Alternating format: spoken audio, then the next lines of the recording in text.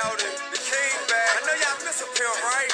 Yeah, but dig, there's been a lot of hate going on, okay? So let me holler at you something. First of all, look at here, dog. I ain't seen me in the street, but shouting, you don't know. When you holler, when you speak, remember, you don't know. Save all the hating and the popping, pimping, you don't know. Quit telling people you my partner, listen, you don't know. Don't be a groupie, keep it moving, shouting, you don't know. Hey, I ain't tripping, pimp, the truth is really, you don't know. Yeah, you know they call me T.I., but you don't know. You be hating and I see why, cause you don't know. I think it's time I made a song for people who know. I graduated at the streets, I'm a real OG. I've been trapping since I stood OB. So all you rappers acting bad, you gon' have to show. Hey, gon' make me bring this Chevy to a real slow creep. My partner's hanging out the window, mouth full of gold teeth. When they start, wonder when it's gon' cease. Chop with the side and create a slow beat. We get into speculation, cause today we gon' see what's the future of a sucker who be hating on me. I ain't worried about the feds' investigation on me. I don't care that they at my shows and they waiting on me. I'ma keep on posting, popping long as Tupa's on the beat. Tell police I ain't stopping, I'ma keep it in the streets. Contrary to your beliefs, I'm as real as you can be. So keep your thoughts and your feelings, shout it, you don't know. You might have seen me in the street, but shout it, you don't know. Good morning, or good afternoon, everybody. We are back to Big Man on Campus. We are live on a Tuesday, December 13th, 2016. You all right, man? Yeah, Ryan, I've been doing stuff all day. Crunching a lot of numbers. My head is all over the place. It is the afternoon. It's 5 o'clock on a Tuesday, and yeah, let me get my bearings here.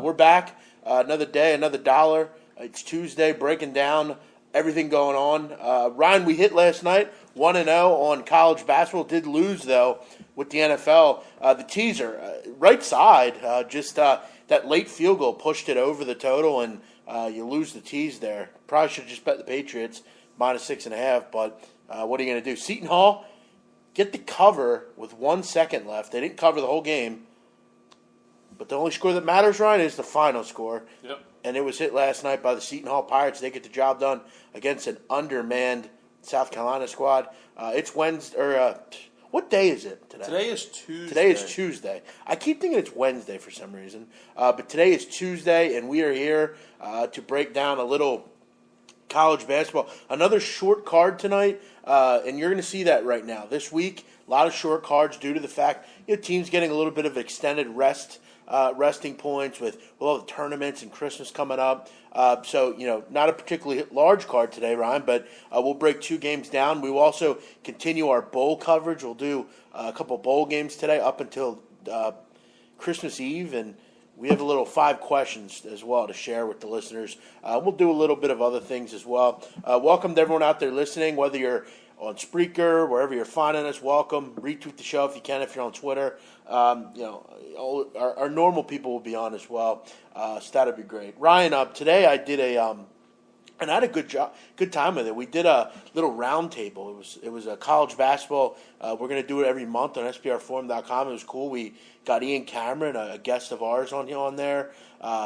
Mike Brenner, Peter Loshak, another guy, Drew Martin from SportsMember.com. It was a fun time. We talked about college basketball, and you kind of do that every month. So very cool. It was kind of a little round table, if you will. Yeah. So let's jump into tonight's action. 2 games on the card. If you're following along at home, I'm 14-10 on the year with my college basketball free plays, 58%.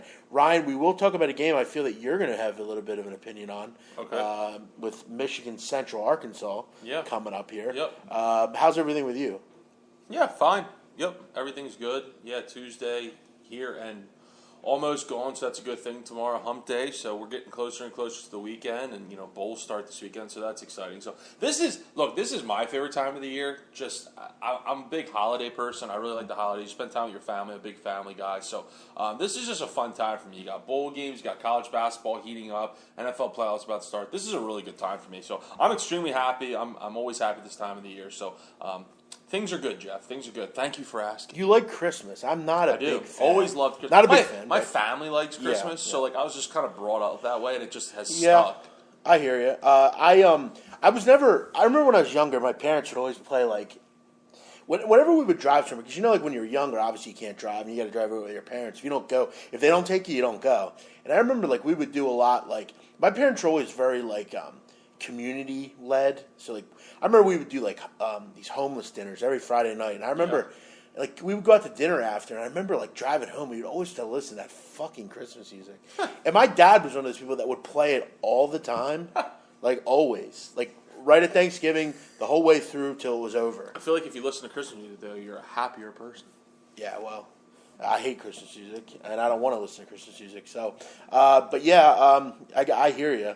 Let's jump into today's action, Ryan, and we will get through these two games. Two interesting games here. Obviously, you have a couple good games as far as on TV. I know in this town we're excited. Villanova Temple tonight. I actually have a client playing that game, Ryan. Okay. Let me ask you, just quickly, looking at the game. Current line, Villanova minus 15. What would you take in that game? It's in Villanova, keep in mind. Yeah. So what? That's about It's in the same city, so not too big of a deal when it comes. I don't play a lot of stock into the Philly, whoever's playing. By the way, guys, I do want to point out before you However- do that, Ryan, and I know you'll probably even mention it. That rivalry is a lot more pronounced in this town that many people don't know about.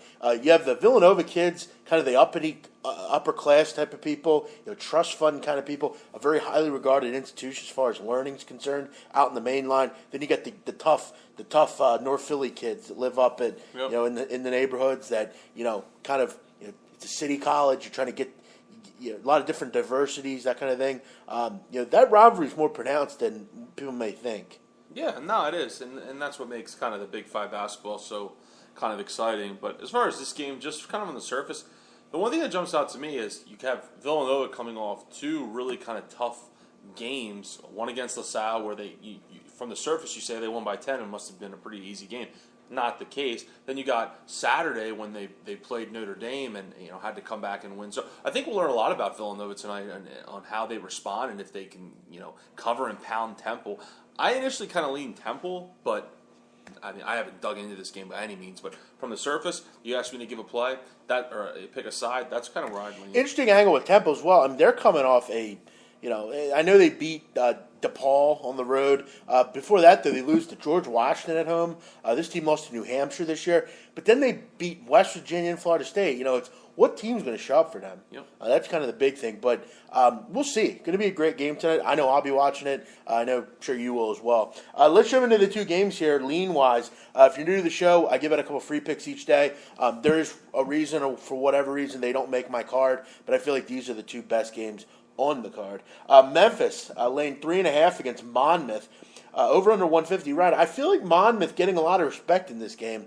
Monmouth, a team that last year, remember they were the giant killer. Seemed to slay a ton of them. Yep. UCLA, Tennessee, USC.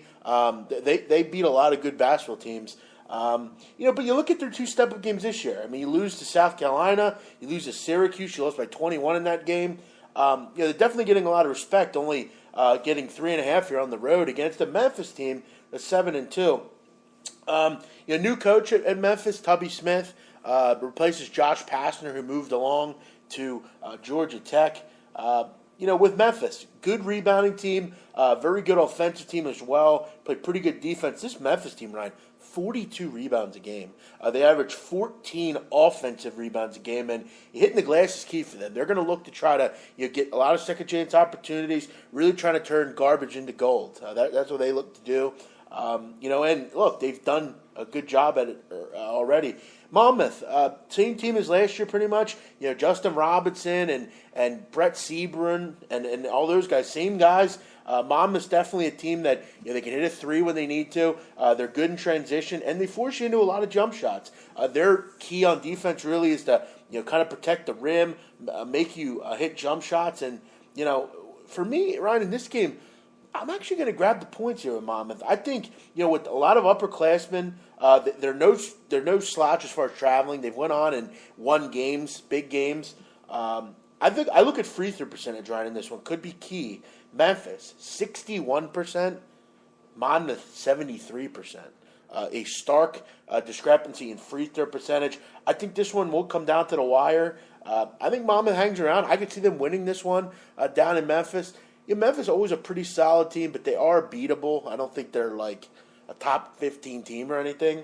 I'll take the 3.5 here. I think Monmouth can win this game, and it's really just going to be about if Memphis can rebound and get a lot of offensive rebounds, they probably will win this game. But I can see this one coming down to the final possession or two. I'm going to go with Monmouth plus 3.5. What do you think? Yeah, Monmouth, a very talented team, like you said, which is something I was going to point out, how they're pretty much, for the most part, the same team as they were last year. A team that, like you said, was relatively dangerous for the most part and was capable, seemingly, to beat any team any given night. And let's look at their two losses this year, Jeff, or at least their two step-up games. You talked about South Carolina, a 1-point loss in overtime, and then the next game, immediately following that hard, grind-them-out, extra session affair, they have to go to the Carrier Dome, which, Syracuse, up, down, whatever, it's a tough place to go in and play, and especially coming off an overtime game against a South Carolina team, that's a tough spot. So I can kind of see why they had a letdown spot there. But yeah, I actually like Monmouth on this side as well here. Memphis hasn't really done a whole lot for me this year, but I'll tell you what, Monmouth's just a team that, for whatever reason, they just continue to show up and continue to get it done. And they're a very, very good ATS team. I mean, you look at them as an underdog, Monmouth, over the last 3 years, 16-6, and versus good offensive teams, which, like you touched on, Memphis is. They score at least 77 points or more on average a game. They're 14-4 over the last 18 ATS. So Monmouth, I think they're right side here, Jeff. Yeah, you mentioned that Syracuse game. They scored 50 points. It was one of those games you just couldn't hit the broadside of a barn. I mean, those games happen. I mean, every team has them once in a while, and King Rice's team, no stranger to it. I don't think that defines this team who they are. Like you said, it was off a hard-fought loss. Yep. Plus I believe it was Syracuse. Okay. I'm going to lean the points here. I think they can win this game. Yeah. And, one thing you also want to point out, conference play is coming up. They're not going to have much more opportunities to get, resume-building wins. We saw last year, resume-building wins for Monmouth, huge. They have to. Yeah. They have to do it because right now they don't really have one of those. I mean, they don't have a resume-building win on their schedule. Right. South Carolina would have been nice. This is one of their own. Who they got next, Ryan, coming up? Who's that? Monmouth. You could check that out. Yeah, Monmouth coming up. Give me 1 second just to pull that up here quickly. I mean, because you basically have 2 or 3 conference, non-conference games. They're home against Princeton, but then in North Carolina. 3 days after Christmas, they go to North Carolina. This is a tough stretch for Monmouth coming up. You have Princeton and then North Carolina after this one. So we're going to find out a lot about this team. But they're senior-laden, have a lot of upperclassmen. I think it starts tonight. I think they get the job done tonight. So I'm going to take the points. You would agree, Ryan. I do. Amy Davis. Why do I get the feeling that's really not Amy Davis? What about you? We'll see. What girl says, "What's up, Brian and Jeff"? It could be a guy. I don't know. Of course it is. It's a troll. Well, we'll see. We'll see. Ryan, let's jump to this one. I'm interested to hear what you think about this game because obviously I think we can both agree Michigan will win this game. The question is, will they cover? Michigan laying 26 against Central Arkansas. J-Tess, you probably shouldn't be sharing that, dude. Let's delete that comment. J-Tess, you shouldn't be sharing that kind of stuff on an open forum here. That's my girl's Facebook. This is oh, okay. I was going to say, what's up, Danara? Welcome. There you go. So, you have to definitely mention that stuff because we do have a lot of trolls on here. Welcome, man. Good to have you. J-Tess, you should not mention that stuff on a public forum, by the way. Okay, gave it out free. I didn't know that. I've been busy, though. I haven't even looked. Okay, so Sean's on Memphis. Again, this is just free play for me. Yeah. I'm not trying to jump on Sean's toes. Okay, yeah, I didn't watch the whole thing yet. Sean likes Memphis. You really pick whoever you want. Like I said, to me, it's kind of a free play, but we'll see how it goes. Michigan minus 26 against Central Arkansas, over under 136. Michigan coming off a tough West Coast trip. They head out to UCLA, get humbled a little bit. But I thought what I did see, Ryan, was Michigan was, again, very good from 3. They continue to be able to shoot the lights out. And that just kind of goes to show how good UCLA is. I mean, Michigan does have a group of guys that, they don't really seem to wow you much. They don't really look like basketball players half them, but they get the The job thing about done. Michigan, though, is their experience. Yeah. They're very senior, junior laden, and the kids that are at least younger, they have plenty of experience. So they've been there before, Well- and they're not going to be afraid of anyone. They weren't intimidated going in to UCLA and playing that game, as they showed in the second half. In the first half, talent just Yeah. overcame everything in the second Yeah, half. I'll tell you one thing, Ryan. They definitely need to get Derek Walton playing better. And the other, what's his name? Who's Zach that, Irvin. Irvin? Yeah, they both need to play better because Zach Irvin had some questionable shot selections. That's been their issues on those two. Rockman, a good player, Mark Donnell, and Duncan Robinson, good shooters. But for me, I mean, they have to kind of get some cohesiveness. But they're back at home here. Surprisingly, they're looking a lot better offensively. They're a team that's definitely 48% from the field goal percentage. And they're, like I said, off a hot shooting night against UCLA. What they have, 12, 13 threes in that game? They're going to shoot a lot of threes. That's what they do. And that's going to be a good matchup here against Central Arkansas. Central Arkansas, a team that is not particularly good, Ryan, defensively. They have major issues, actually. They're giving up 82 points per game. Opponents shooting 47% against them. And they're allowing opponents to shoot 38% from three, good for 295th in the country. So the Central Arkansas team, not a team that's going to really give you a lot of pushback on the defensive end. For Michigan, they want you to protect the rim. They really kind of want you to shoot mid-range jumpers. Problem for me, though, I've seen Central Arkansas play this year. I watched them play Butler. Central Arkansas is a good jump shooting team. They like to shoot a lot of jump shots. They have 4 guards that can handle the basketball. They are a pretty much upperclassman-laden team.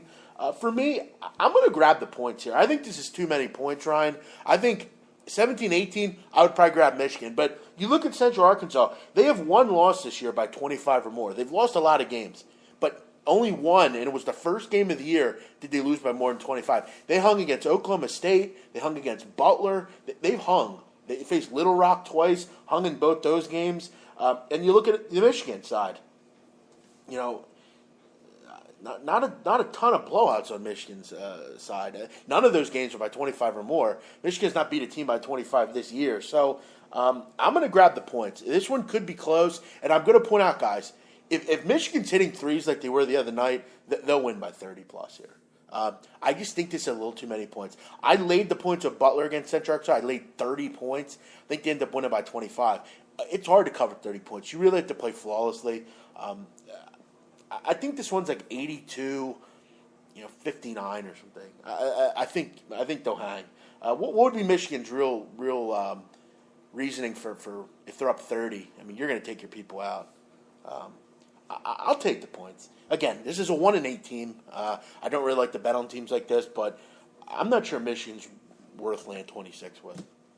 Yeah, look, the thing with Michigan is, and I tell you this all the time, and you were kind of, beside yourself in that first half against UCLA, and, I said that. I said, I know, I'm aware, and that's the problem with Michigan is if good Michigan shows up and you bet against them, it drives you nuts. And if bad Michigan shows up and you bet on them, you're flipping out. Why did I bet on this team? All they do is shoot threes. They can't make shit. Kind of like they did against, like how they did against South Carolina, where they had one of their worst shooting nights of the season. Their worst shooting night of the season and worst shooting night in some time. So yeah, I really wouldn't back Michigan here. They've had some kind of inferior opponents with Kennesaw State and Mount St. Mary's, and like you mentioned, they none of those games were by. Did they win by 27 or more, which is what they need to cover here? 26. Well, they need to cover 26 in this spot. I'm saying so. Yeah, look, Michigan, and this is to be interesting to them. Do they come into this game off of a loss at home, kind of just like, all right, we're playing, Central Arkansas, we're going to win. Do they just kind of run through the motions? I kind of think that's probably what they'll do, just kind of run through the motions, get through the game with a win, and not try to win by 50. And Michigan games, if you look, they're relatively low scoring. They're kind of drag them out kind of games. They're not like UCLA. They don't want to push tempo. They don't want to play the game in the 90s and in the hundreds. So yeah, I'd probably grab the points too. But I'm a Michigan fan, but I don't like backing. Ryan, quickly, getting involved with Michigan. What's Central Arkansas's mascot? Don't look. I wouldn't know. You don't know? They're the Bears, but That's a tough one. I actually didn't know that. Yeah. I thought for whatever reason they were the Demons. Yeah, I don't know. That's a tough one. I didn't. I know did that. not know that. No. But yeah, I feel like like I said, one loss this year by 25 or more. It was Wisconsin the first game. So for whatever reason, I think Central Arkansas hangs. I think they cover. But again, guys, 1-8 this year. So who was their win against? Arkansas. I get a feeling this is going to be pretty funny. Their only win of the year was at Army. Well, they beat Army. They did Wow. on the road, 81-76. Huh. I thought you were going to say like Sonoma State or something. Something ridiculous. But yeah, all right, we'll go with these two: Central Arkansas plus 26 and Monmouth plus 3.5. 2 dogs. How about that, Ryan? Yeah. We'll take a shot with it. Let's just run down the rest of the card here. I mentioned, Ryan, you said you like Temple a little bit. I'm gonna let the listeners wonder on where I'm at with that game. Let's just chat about the rest of it here. Tennessee Tech and Tennessee. Jimmy Reno talking about that one, says it might be a letdown spot for Tennessee. Yeah, Tennessee coming off that near win against the North Carolina Tar Heels. Now they're laying 15 to a fellow Tennessee team. Tennessee Tech, though, not very good. 4-7. We've talked before. I don't know if we ever got to an exact amount, but has anyone ever thought of how many teams there are in Tennessee? Yeah. There's literally a lot. There's probably at least 15. But Tennessee Tech, I mean, a lot of their losses this year have been by double digits, but they're hanging in games. They actually almost beat. How about that? Michigan State hung around, only lost by 8 in that game. They definitely could come to play. Will they come to play in this one as far as from a standpoint of, we're kind of sick of Big Brother always getting the looks, the Vols? I don't know. I would probably lean with the underdog here. I'm not a big Tennessee guy. I mean, Wayne Chisholm's not walking through the door anytime soon. I'm going to go with that here. Last 6 matchups in this series too, a split ATS-wise, 3-3. So Tennessee Tech, for whatever reason, gets up for this game and can give Tennessee a battle here. Yeah, I'm not. Are you a believer in the faux letdown? Like we almost beat a team, and now we're that's not really a letdown. You didn't win the game though. You know what I mean? I don't. It's kind of a fraudy letdown. No, I don't think so. Because Jim's saying it might be a letdown. They didn't win the game, so it's I hear you. Maybe they're feeling down about themselves, but the best thing to do is just to turn around and play another game and try to get that bad taste out of your mouth. Right. And especially this early in the season. If it was late in the season and conferences was on the line or something like that, sure. But it's December, so we're halfway through December. So sure. But yeah, I don't have too much on this game. Tennessee Tech, 4-13 over the last 17 ATS against SEC opponents. So there's something about that. But hey, I mean, Tennessee Tech for whatever reason plays well against Tennessee. So yeah, I see where his head's at. I would grab the 15. See where his head's at. Yeah. South Carolina State at Clemson. Clemson laying a huge number here at Little John, 33 points. South Carolina State, Ryan, there are 2 wins this year. Voorhees College and St. Andrews Presbyterian, whatever that is. Interesting. Very interesting. This Clemson team, they've blown some teams out this year. Off a 90-47 win against Mercer, beat Coppin State 85-43, a MEAC foe there. They beat Dayton or Davidson earlier this year. Beat Georgia by 10. South Carolina State. I feel bad for the MEAC. I always do. I've always mentioned that. This should be a 40-point victory, but I don't know. I'm not racing to bet on Clemson. Clemson has a lot of scorers, though. They're not that typical, 60-point a game team. South Carolina State covers too. Actually, I mean, you look at the games. Haven't been obviously playing in that conference. They're not available to bet on very often. But if you look when they're playing against a team with a winning record, they're 14-4 ATS in their last 18 lined games, and over the last 10 lined games straight up, they're 9-1. So you keep in mind a lot of those line games were in that conference, though. But I hear you. I like a team that covers. Okay. But, yeah, as far as I'm not saying I'd bet on them. I'm just throwing Yeah. that out there that they do cover. Yeah, I'm interested to see how they play this year in that conference. There's definitely some decent teams over there, but yeah, I don't know. Like I said, I'm not racing a bet 33 with Clemson here. If this was Florida State, I would, but Clemson, I'll pass. Not really too interested in that one. Mentioned Tennessee Tech, LSU, North Carolina Central, no opinion. Montana, Oregon. I mean, is anyone really willing to lay 18 at this point with Oregon? I mean, are you? I mean, they're at home here. They've been at home for a while. Off a 9-point victory against Alabama. Montana's pretty bad, though. This isn't that typical Montana team. They're 3-7 on the year. Plus, I do want to point out, Savannah State came into Oregon a couple weeks ago, and Oregon dropped 128 on them. I would lay it with Oregon. Yeah, I would too. I think Oregon's starting to get healthy again and get whole. Montana hasn't played good defense either this year too. That's a tough place to go in there and play and try to play well in. So yeah, we mentioned about a week or two ago, Ryan. I don't think you were here. Oregon embarking on a 9-game homestand. That first game against Savannah, I believe, or no, it was against Boise a week or two ago. They've been at home for a while, and they're going to stay at home for a while. So I would probably lay it here as well.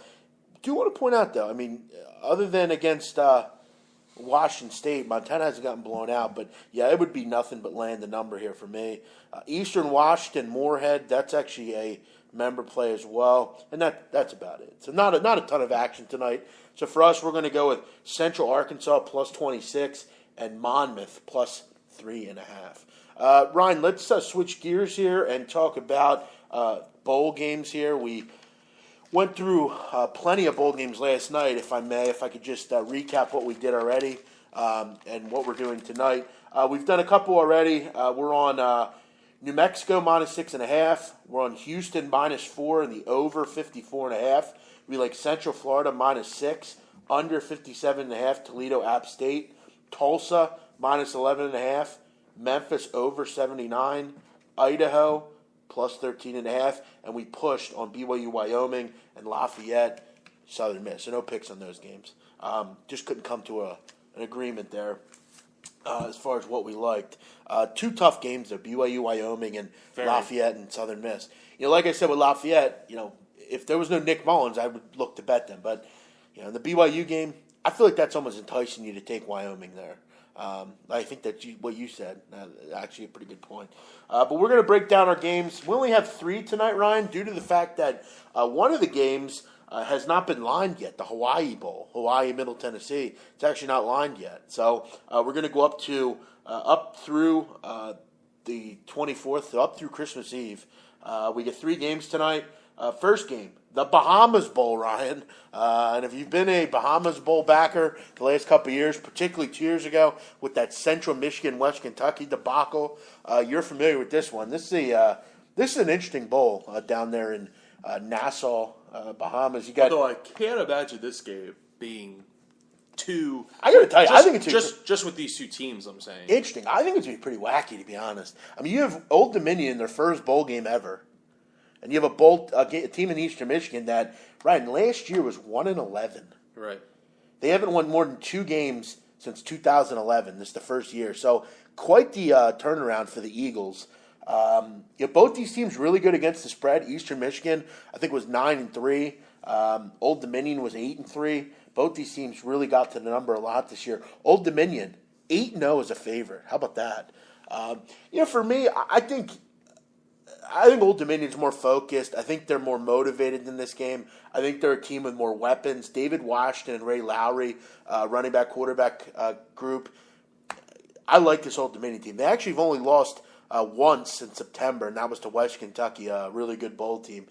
I like where their head's at. I think they're going to be focused in this game. I'm also not a huge fan of, like I said yesterday, backing a team from the upper Midwest and the northern states going out to the Bahamas. I get the feeling, for whatever reason, I feel like Old Dominion and Conference USA sees a little bit more of the world, Ryan. It goes down to Texas, goes down to Florida, they've been to these places. A lot of these kids are from the Tidewater area. They're not really from that region. Eastern Michigan gets a lot of kids from Michigan. That's their thing. I know it kind of sounds weird and all, but think of it like, Ryan, if you went on vacation. How concentrated would you be on your job? Sure. Not very concentrated because you don't really ever go there. I just think that's a small thing to look at with Bulls. I'm going to go with Old Dominion here. I actually think they're a pretty good play, though the over looks pretty good as well. I think this is a wacky game, 41-34, something like that. I'm going to go with the Monarchs here, though. Yeah, I think the over is a good spot as well. Yeah, I'm not really interested in this game. Really, You got to back a team in their first bowl, don't you? It's pretty. I will not watch 1 second of this game. I'll tell you, this game it does nothing for me. I know you like these little teams, these little these kind of BS conferences, but I'll tell you what, this matchup kind of makes you want to throw up personally. It's interesting you won't watch it. It's going to be the only game on at that time. Well, then I'll probably watch something else. Well, you'll be at work. But what day is it? It's 12/23, so it's the I'll day be off before that day, so. December, Christmas Eve. Eve, right.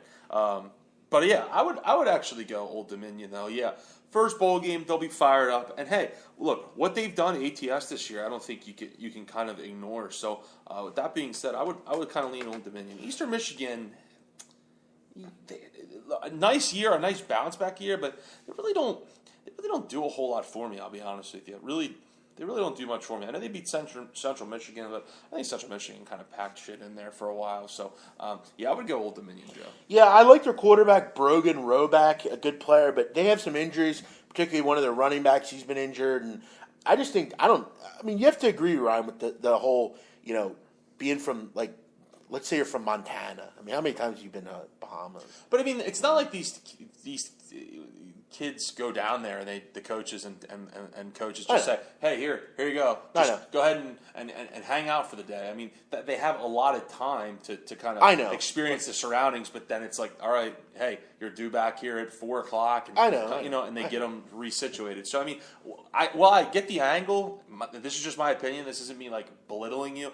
I don't put a whole lot of stock into that when it comes to bowl games. But there's structure there, there's not a lot of structure. It's not like you, like, I don't know. I think for like smaller teams, it's a little bit more. Okay. Like a Michigan or like a Florida. I don't know that it matters much, but I don't know. For me, I think it's a little bit more there than you might think. But I'll go Old Dominion. You would agree here? Yeah, I agree. I think they're a little bit better of a team.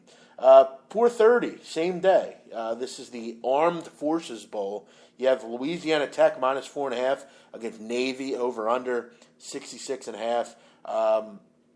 Louisiana Tech 10-3 to the over this year, 27-12 for the latest 3 years to the over. 44 points a game, given up 33 over the last 3 games. La Tech 44 points a game they've given up. They suck defensively. You've seen them. They're brutal. Just don't get stops. I mean, you saw it against the Western Kentucky Hilltoppers. I mean, it was just back and forth, back and forth, back and forth. You had no reason to think they would get a stop, and they couldn't. Navy, on the other hand, obviously, look, we all know. They're coming off the loss to Army. I think a game Army just won it a lot more than they did. Navy was in a tough spot there. No quarterback. I thought Zach Abbey kind of played pretty well, honestly. I mean, I watched the highlights. I thought, coming home, I mean, they moved the football. I mean, it's not like, Army's pretty good defense. La Tech, not a good defense. I think Army or Navy can be able to move the ball. I really do. Especially with all this time. They're going to have plenty of time to get familiar with Abbey. Problem is, La Tech gets a little bit of time to prepare as well. How much do they see the option? Not much. And La Tech's actually pretty good against the run. 133 yards a game they give up. But the option a little bit tougher to prepare for. I'm going to go over, honestly. I think Navy can score, and I think they will score. I don't think they're totally inept. I think Zach Abbey will come in and do a good job. Who I think is going to win, I'm going to leave that one up to the clients. We'll have a play on that side. But I'm going to go over. I think over is a good play here. Yeah, this is Navy's quarterback's out. He's out for the year, Wilworth. He's not going to be back. No. And the running back, too, as well. Yeah, Gully, he's out as well. Remember, they have about 4 guys, but he's their best running back. Exactly. So that's huge. So, I mean, that's kind of one thing I wanted to see in the Army-Navy game. And look, I know it was 1 week, and they only had 1 week to prepare and all that kind of stuff. But I did kind of want to see how the offense would be affected by the loss of their 2 best players. And It was. I mean, look, turnovers happen, and I say, well, they don't turn the ball over. Yeah, well, I mean, and I think that's part of just the whole atmosphere and the whole kind of inserting new guys into the lineup. And look, and if they were playing today or if they were playing this weekend, yeah, different story. I think having a month to prepare and being able to kind of get everyone kind of in sync will help. This game kind of reminds me of, because Louisiana Tech reminds me of Tulsa. I mean, if you think about it. And the Navy-Tulsa game, if you remember, 42-40, game gets into the 80s, soars over. Neither team can stop anyone. Big plays galore. That's what kind of this game reminds me of. I like the over, Jeff. That's where my head was kind of when this game came out. So I'll side with the over with you as well. If I had to pick a side, I know they don't play much defense, but I think I would take La Tech, actually. Okay. Over's the play for me, though. As far as from a free standpoint, I'm gonna hope that both DC. I think La Tech will get into the 40s. It's kind of just hoping that your Navy can do their part. I think they will. Two defenses that I don't really have a lot of reason to think they're going to get stops. The last one here, 8 o'clock, you get the Dollar General Bowl. How about that? Yeah. Dollar General, a store that I've been to once or twice in my life. I will point out in my life, Ryan, I don't really, if something costs money, I don't have a problem paying for it. I don't really care about generic or nothing like that. And for whatever reason, one time I found myself in a Dollar General, and I looked around and I said to myself, this store is trash. I mean, it's just junk. Total junk. I mean, the aisles have shit everywhere. It's like, That's what it is, though. Yeah, well, I mean, if you need it's not something. If you need a 3-piece suit, you're not going to go. No, I know, General. But I mean, like if you need tissues, no, but even like that's a good place to go. Even like their medicine, it was like just generic crap. Like that's a good place to go if you need things that quality isn't really that key. Like you know what I mean? Well, I'm just saying maybe tissues. Yeah, or I think paper tissues towels or what stuff that you listen. I don't know about you. Something you blow your nose into. I don't know about you, but paper towels. I think you have to get quality paper towels. I don't know. They soak up things. That's all they do. But brawny are way better. I don't know, but either way, we digress. The Dollar General, they have a buy jump ropes at the dollar store. That's actually a good point. You jump ropes or just dumb shit, like an air pump or something. Candy. Yeah. But I've noticed you buy shit that's cheap, it doesn't work. I bought an electric shaver. Look, you get what you pay for in life. Yeah, it's junk. But that's actually a good point. I don't know where you came up with jump ropes. It's the most random thing. That's probably the most random comment on our chat. I guess let's say you have a kid and you need sidewalks. But it's right. Something like that. Yeah, good point. This one's in Mobile, Alabama, and Troy gets a home game, basically. Troy's, this is kind of their home area, Mobile. Laying 4, over-unders 49. They're playing the Ohio Bobcats, Ryan. Interesting coaching stuff here, Ryan. Frank Solich, 72 years old, Ryan. Neil Brown, the coach of Troy, 36 years old. Brown was born in 1980.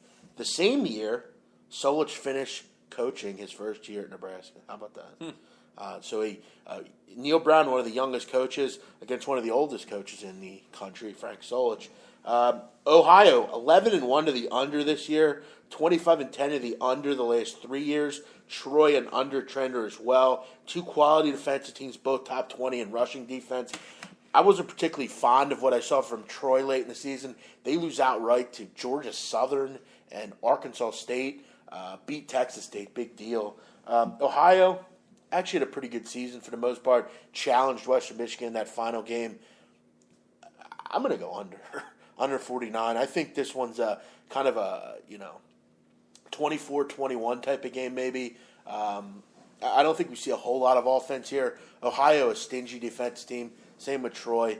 I think this one's kind of low scoring and boring. This might be the most boring game of the bowl grouping season. Yeah, I like the under too. Actually, that's where my head is at as well for sure.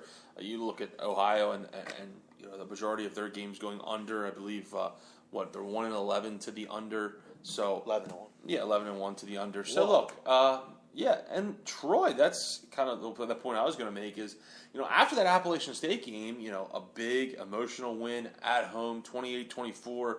In that conference, and everyone's kind of feeling them. Maybe they were feeling themselves a little too bit, and they lose 2 or 3 to close out the year. So I like the end of this game, and I actually think Ohio wins. Okay. Yeah, I actually would agree with you. I think I didn't really like what I saw from Troy, like I said, late in the season. If you remember, Ohio actually played another team from this conference last year in bowl play, in Appalachian State, and actually upset them in that. Yeah. Or Appalachian State won on a late field goal to win, but Ohio did cover. So I think it's kind of a similar spot. Ohio well coached. I think it's really imperative that Greg Wyndham is the starter.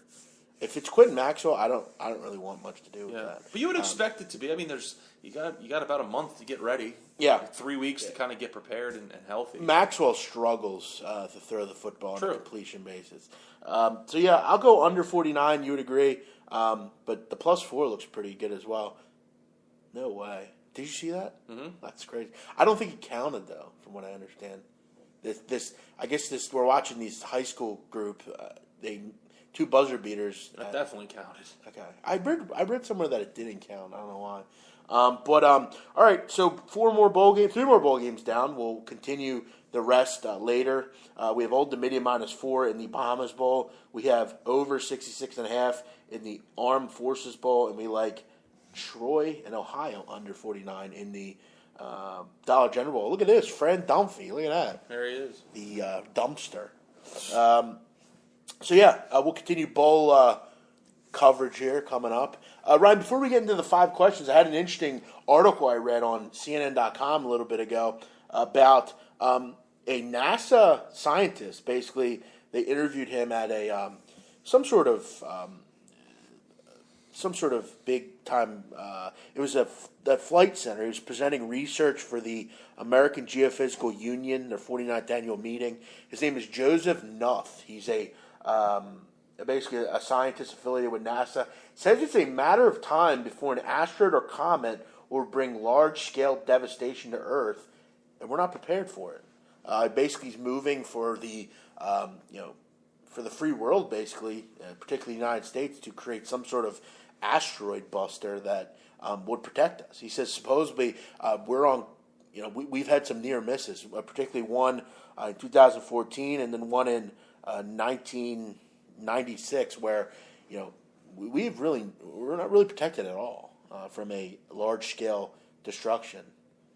What are your thoughts on that? You don't really give much thought to it. Well, his words are he doesn't give a time frame. So there's no real time frame, but he says that we're overdue at some point. We haven't had any real. It's been a long, nice if he long gave us time. it'd be nice if he give us a. I think he was just speaking in general terms. Okay, well, then maybe that's something that they should definitely consider doing, because that's that kind of, I think that could make people kind of nervous. I mean, if you've seen any of these kind of quote unquote end of the world movies where the big natural disasters happen and that kind of stuff. I mean, if an asteroid collides with Earth, that's a big deal. He mentions that, again, very vague, but he believes that we're due for an extinction level cosmic event, and he's basically doing it more as like an awareness thing from a standpoint of why not have something in preparation for if this were to happen, because a lot of the time, I think he said with the one in 2014 that was considered, they only knew about it about 20 months beforehand. Oh yeah. So he's kind of saying along the lines of, let's prepare more for this, as opposed to like in just kind of let it go by and hope it misses us or whatever. Like get an independence, or not independent, Armageddon type of group assembled where they can just kind of create something. But I don't know. I thought it was interesting. I also saw that we've talked before about that kid that went into that church in South Carolina and killed those people. They released a chilling video of him in the interrogation room. Oh yeah. Basically, what the trial's for is he's admitted to doing this, but he pled not guilty. Basically, hoping for being spared the death penalty. He killed 9 people, and they showed the video on TV. It was extremely savage, really. I mean, he didn't know how many people he killed. First of all, he thought he only killed about 5, and his whole plan was to do what he had to do, and he did it because he was sick and tired of.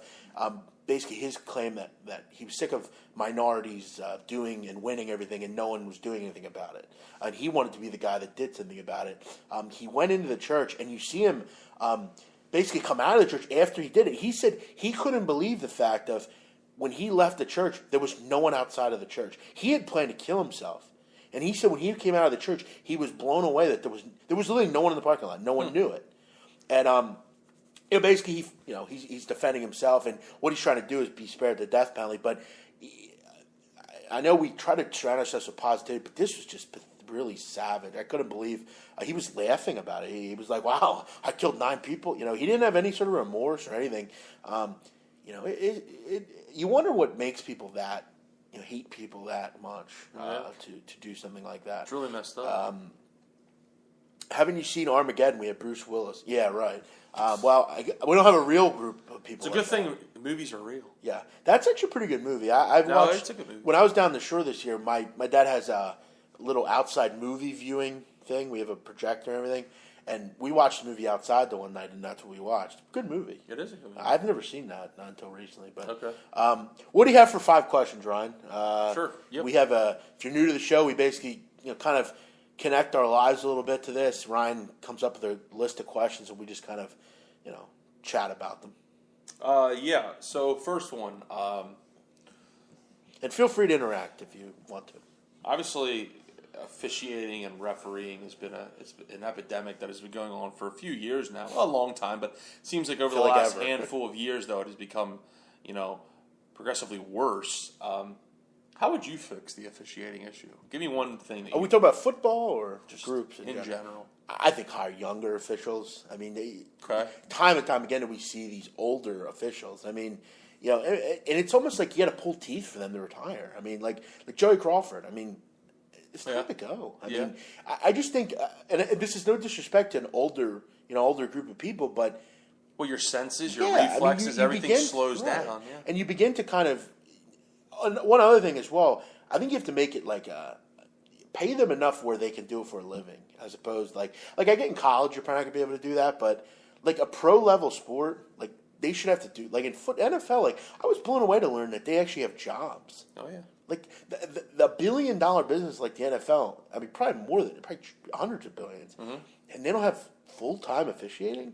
So I think they need to do that, and they also need to get younger. I mean, Bill Vinovich, I mean, he's 70 years old? I mean, it's funny, when I was a kid, that was actually something I used to always make the case for, that they need to get younger officials for the fact that what we talked about. Yeah, that's mine, though. They obviously need to pay them more and just bring them on full time and give them benefits, give them all that kind of stuff, and be able to let it kind of make it their career. I know they only work 4 months out of 5 months out of the year, but still, I mean, it would give them a little bit more kind of assertiveness and focus to take it. I mean, not that they don't take it seriously now, but to even invest more time into it and maybe try to think of how they can get better at it. So I just thought that was interesting. Maybe something that I know that's something that people talk about from time to time again, because we saw an interesting situation last night. That we were sitting here watching it, and I had no action on the game last night, and I had no rooting interest in the game last night, and I was like freaking out on the fumble in the first quarter, the sack on Flacco, where they said his forward progress was stopped. I thought was pretty lame. The average NFL referee was $172,000 in 2013. It's set to rise to $201,000 by 2019. Interesting. Yeah, I mean 4 months, but I mean, most people should be able to. $201,000 a year. I mean, for 4 months. Yeah, if you can't live on that. Yeah, I mean, that's what an else? issue. What more do you want? I mean, I feel like a lot of them are just kind of. Yep. I would say, look, if you want to continue to be a ref, you got to do this full time. I have to wonder, like, how do they work during this time? Yeah. Like, you travel 3 or 4 days? I mean, I don't know. I think another thing too, that they need to be kind of reprimanded. Mm-hmm. I mean, I think they need to be reprimanded. No one said they should pay them more. I said they should make them full time. Yeah, that's what we said. Or make them full time. Yeah, make them where they can't have a job. Right. Maybe I read one of them is a lawyer. Like I read. Yeah, Ed Hockey is a lawyer. One of them's like a principal. It's like okay. Yeah.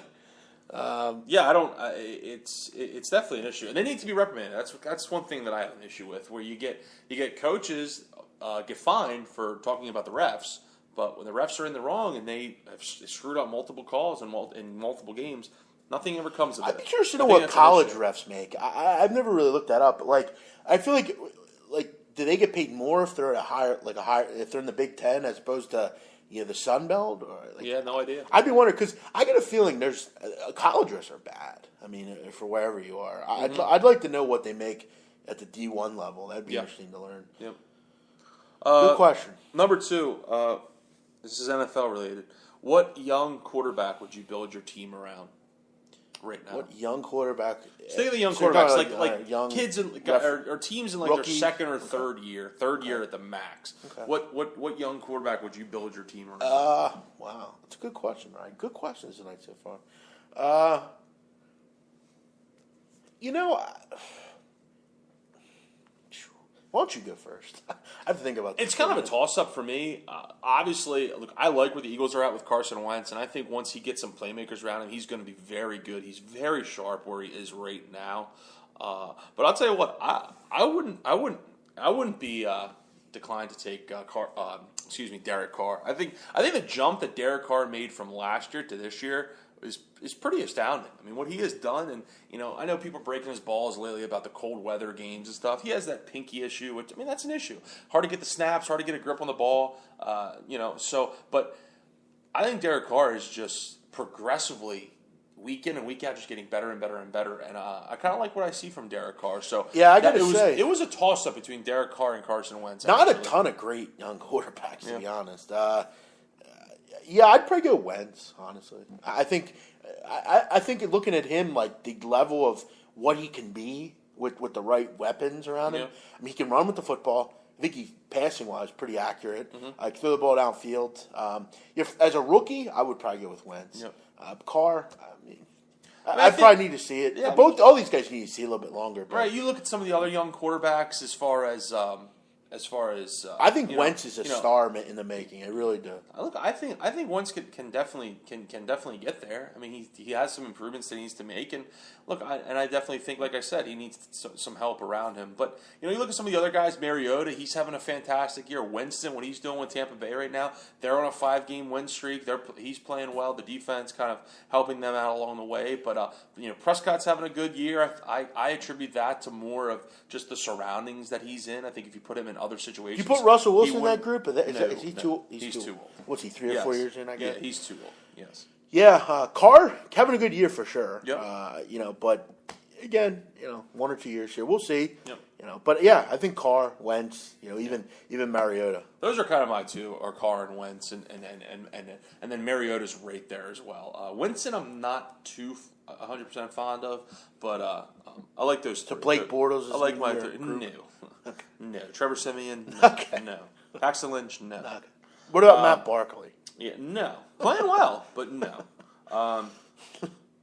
Number 3, what is the most ridiculous bowl game name?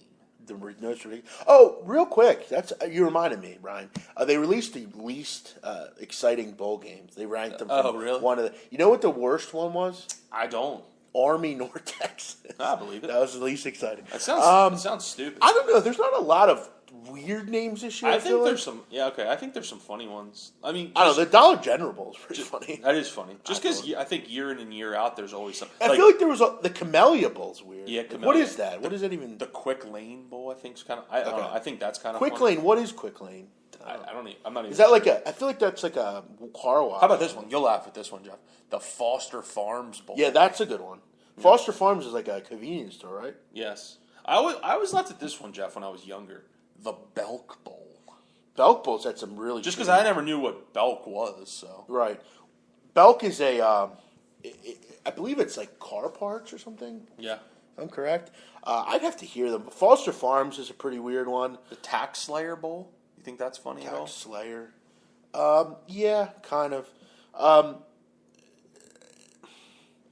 I don't know. The Alamo Bowl. Alamo's good. Yeah, Yep. I don't know. Tax Slayer Bowl is kind of a funny one, but I would probably go with the Cactus Bowl. the Heart of Dallas Bowl. The Sun Bowl. Like The Sun Bowl is always a pretty good game. yeah, but I think it's just like Remember last year it snowed? it's out in kind of Texas? lame. Yeah, it was Washington State, Miami. Yeah. Yeah, I would probably stay with the. Used to like the Emerald Nuts Bowl. What is that? Yeah, I don't know what that is. Quick Lane Bowl is kind of weird. Yeah. Belk is a store. Okay. What kind of store? The Belk Bowl. Yeah.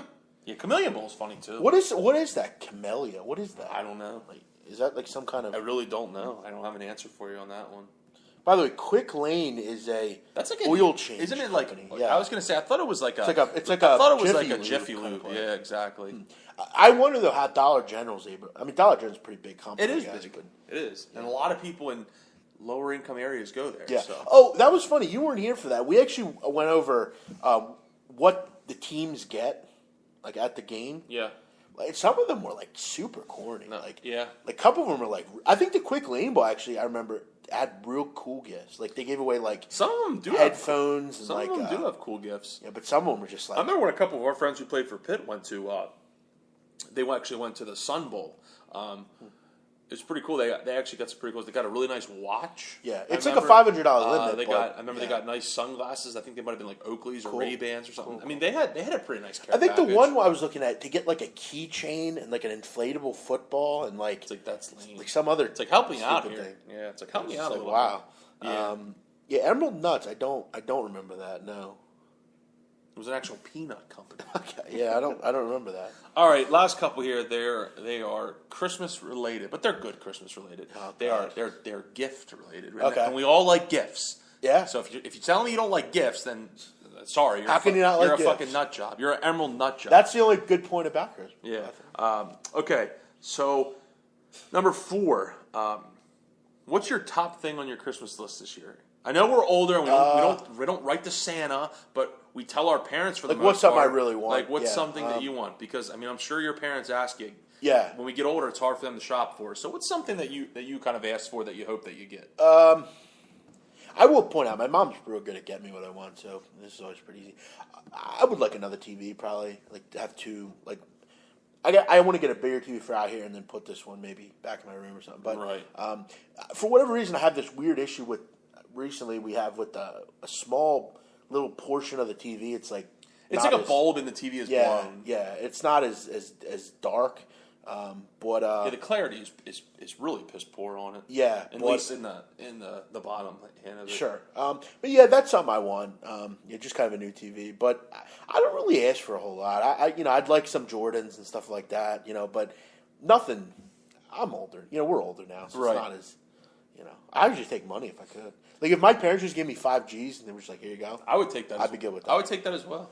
But my mom, she likes to rap shit. Your mom's, yeah, our moms are very similar. My mom, I got to tell you, I often wonder and look at, like, when I was real young, when we were, like, because my brother and sister and I are 2 years apart, all of us. Mm-hmm. So, like, when I was, like, 14, she was 12, my brother was 10, we would get so many gifts, and I would think, like, wow, I mean, this must have took forever to rap. Yeah. Because I can't rap. Like, I can't rap Right. shit.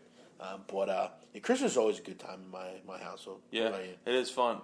For me, I want a Mophie case. You know what a Mophie case is for yourself? Chargeable. Yeah, Yeah. just because, for whatever. I mean, look, we're 26, 27 years old, both of us. We're both 27 at this point. I feel like a lot of people that listen to our show are relatively young. We're on our phones so much that it's nice. It'll be nice to have that case where you kind of get another charge out of it without having to charge anything. Like, for example, Saturday. Mm-hmm. Perfect example. Perfect example why I want that case. Perfect example. So we go down to Philly on Saturday. We leave around 9:30, 10 o'clock. So from 9:30 to 10 o'clock, and then we didn't get home until about 6:37. I was constantly like in the car trying to charge it, and the car charger wasn't the best charger. It was a pain in the ass. So it was nice. It would be nice to just have that case where you just flip the switch and you get another charge out. Also, I want a Michigan jersey, a new Jordan, Nice. a new Jordan Michigan jersey. I remember my friend G's. G's. I remember when he first got one of those Mophie cases. Mm-hmm. I thought it was the coolest thing. Like I was like, it actually charges your phone. Yeah. Like that's awesome. Just moved to the burbs. I have a yard now. I need a lawnmower. Need a lawnmower? Lawnmower's a good one. That's a good gift. I mean, if you have a home and you have property, you need Yeah. to mow your lawn. I will point this out. I will never need a lawnmower because I don't plan to ever have a yard. So Okay. yeah. Lawn mowing is not something I do. I have horrible allergies, so that was And always, you're lazy, Jeff. So. that was always. I'm just kidding. It's actually. I'm I've gotten a kidding, lot Jeff. lazier over the years, but I remember. I remember one of my excuses for mowing the lawn was John Deere, yeah. I had Nothing runs like a deer. Well, I said I had allergies, and my dad never made me mow. So. well. One thing I do like to do, always like to cut wood. Like I remember when I was younger, my dad and I, Okay. we would always like go up in the woods and just cut wood. Yeah, we had With what? we had Like a a saw? Or Well, no, we actually. or axe? Well, for a while when I was young, we had an axe, but then we got a log splitter. A log splitter, Where I don't know if you've ever used they're one. extremely easy. Yeah. Yeah, where you just get. They don't really do much. You just put the log there, and it just cuts the it. machine does it for you. Yeah, and what we would do is my parents live down in the woods now, so we would have a big Kubota tractor and we would have a big trailer on it. We would just throw it in, and we'd stack it up. My dad, I remember, he had a wood stove, and I remember we would stack a ton of wood. Dude. Yeah. We would talk. Well, you need it. You need a lot of wood. It's good to be out in the wilderness. It's always good to have a lot of wood on hand. Yeah. Funny. It was good to be in the wilderness, though, Yeah. Out in the, prairie or whatever. Right. You do anything with that wood, or you just liked cutting it? Well, he used it for a wood stove, so it was burnable. My dad's always like, why not use a wood stove? I mean, it's free, Yeah. Last question, guys. What is your most fondest Christmas gift memory? Like, what's a gift that you I always wanted, right? And that's what I mean, like that you got. Yeah. I mean, yeah. I remember Best Christmas gift you ever received. I was probably like 14, 15, and all my friends had quads, 4-wheelers. Okay. And I remember I didn't get a lot of gifts, and I was like, this is fucking lame. Like, I keep getting all this stupid shit. I'm like, when are my parents going to deliver here at what point? I remember looking out the window. My mom's like, I said, where's Dad? She goes, right there. And he comes riding up on a 4-wheeler with a bow on it. Nice. And I remember, that was my favorite gift. That's a nice gift. I love that thing. I rode it everywhere. Nice. Yeah, that's pretty generous of your parents.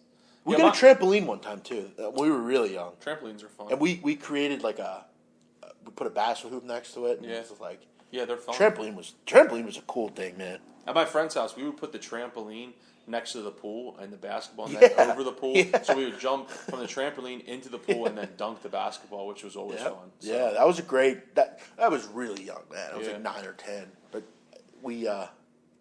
Mine was probably liked mine was probably my iPad, just because it was completely unexpected, and I think gifts like that are fun. Like iPad's a great like, gift. I mean, I and still my use mom, mine. you talk about like gifts. Like my mom obviously wraps all the gifts, and like she remembers like what everything is. Yeah, by the same, box. She's same. like, and I would go to grab the iPad gift, and she's like, no, wait to the end for that one. And I'd grab it again, and she's like, no, wait to the end. So I waited to the end to open it, and it was the iPad, and it was really a great feeling and a great gift, and just because it was unexpected, and she was like, I didn't know what to get you, so my stepdad Jack was like, let's get him an iPad, and my mom was like, yeah, that's a good idea. So I thought that was pretty cool. And I obviously have it, use it for the show constantly. Yeah, I mean, this is important. Like the iPad we're on now, like we use for the show every day. Right. Like we record, it's real easy, Yeah. But like I got that computer last year, which that's been important to like you record stuff on and that kind of thing. So yeah, I mean, a lot of the stuff that I've used is from Christmas, So my parents always deliver. They're always good people with that, and they always make Christmas good for me. Agreed. Likewise. A Lego space monorail. Well, that's pretty cool. I was never into it. I was probably the lamest kid ever. Like, I never did any of that crap. Never played with Legos, never played with any make-believe shit. Yeah. You asked me the other day, did I watch there's a commercial on that involves Pinocchio. Right. And I asked you if you ever watched Pinocchio as a kid, and you said no. And I said, oh, that's right, you're too busy watching Wolf Blitzer when you were 5 years old. So. Well, yeah, I did watch CNN and a lot of History Channel and that kind of thing. Best gift I got was something I just bought myself. Well, we know you buy everything on your own. It was supposed to be more like rekindling memories, not best gift. Oh, okay, that's what you're talking about. Okay, I get what he means. He bought Ohio State tickets. Yeah. Good for you. Hopefully you enjoy it. Tecmo Bowl. What is that? What is that? That's like that. It's that football game, like very old. Gotcha. Like you ever see the Bo Jackson commercial? Sure. It's that. Okay, got it. So yeah, his favorite gift was the Ohio State tickets he bought. It was.